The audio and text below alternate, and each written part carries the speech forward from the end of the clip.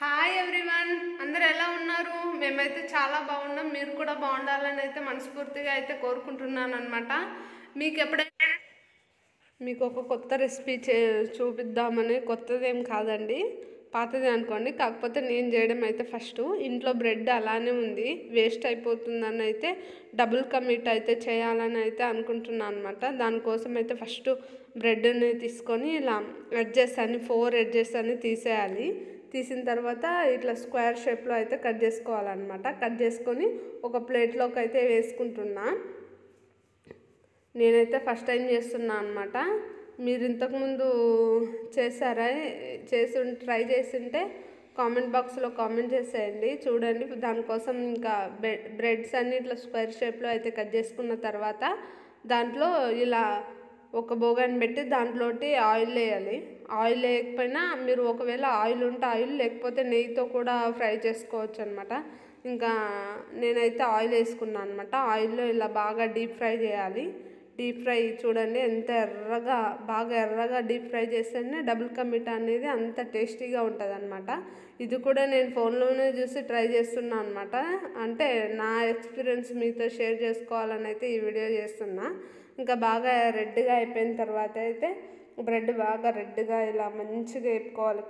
Golden colour వచ్చే వరకు అయితే వేయించుకోవాలి. వేయించుకున్న తర్వాత ఒక ప్లేట్లోకి అయితే సర్వ్ చేసుకోవాలి.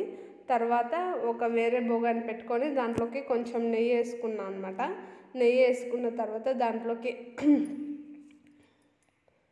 దాంట్లోకి నెయ్యి, ఎండు ద్రాక్ష, ఇంకా జీడిపప్పు వేసిన తర్వాత అయితే బాగా అవి గోల్డెన్ బ్రౌన్ కలర్ వచ్చే వరకు అయితే వేయించాలి. బాగా రెడ్గా వేయించిన తర్వాత వాటిని తీసి ఒక ప్లేట్లో పెట్టుకోవాలన్నమాట. పెట్టుకున్న తర్వాత వన్ కప్ షుగర్ వేస్తున్నా.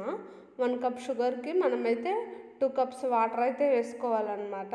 నేనైతే 1 కప్పు షుగర్ వేస్తున్నా.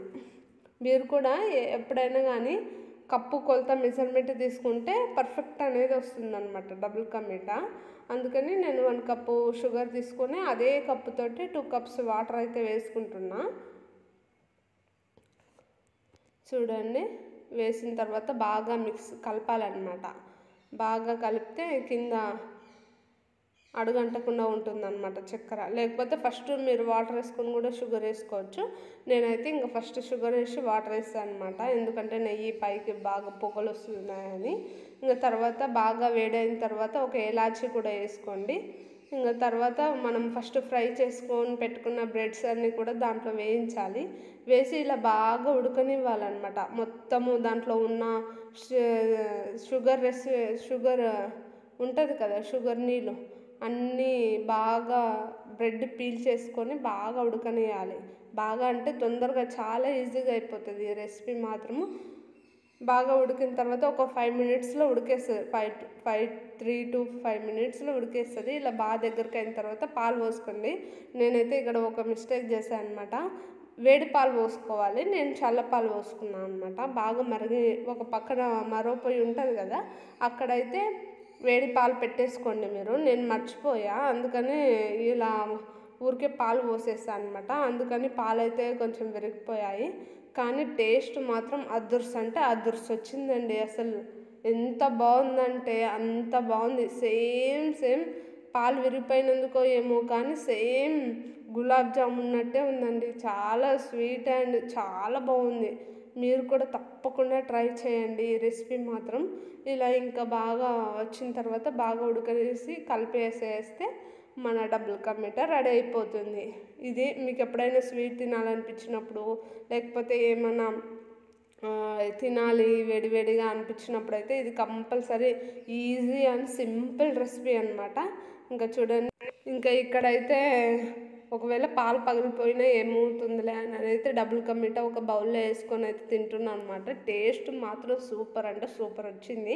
ఆ పాలు ఒక్కటి విరిగిపోకుండా ఉంటే మనకి డబుల్ కా మీఠా అయితే ఎక్సలెంట్ కుదిరేది అనమాట.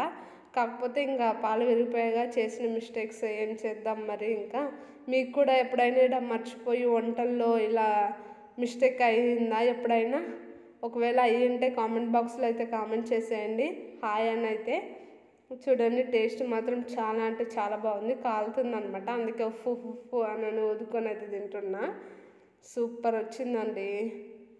మీరైతే కంపల్సరీ ట్రై చేయండి, ఈజీ అండ్ చాలా టేస్టీ రెసిపీ. ఇది మాత్రం కంపల్సరీ చెప్పగలుగుతున్నా. నేనైతే ఫస్ట్ టైం ట్రై చేసా. మీ ఇంట్లో ఇలా ఎప్పుడైనా బ్రెడ్ వేస్ట్ అవుతుంది అనుకున్నప్పుడు ఇలా చేసేయండి, పిల్లలు కూడా చాలా ఇష్టంగా తింటారు. ఓకే అండి, బాయ్ బాయ్. మన ఛానల్ని సబ్స్క్రైబ్ చేసుకోవడం మాత్రం మర్చిపోకండి.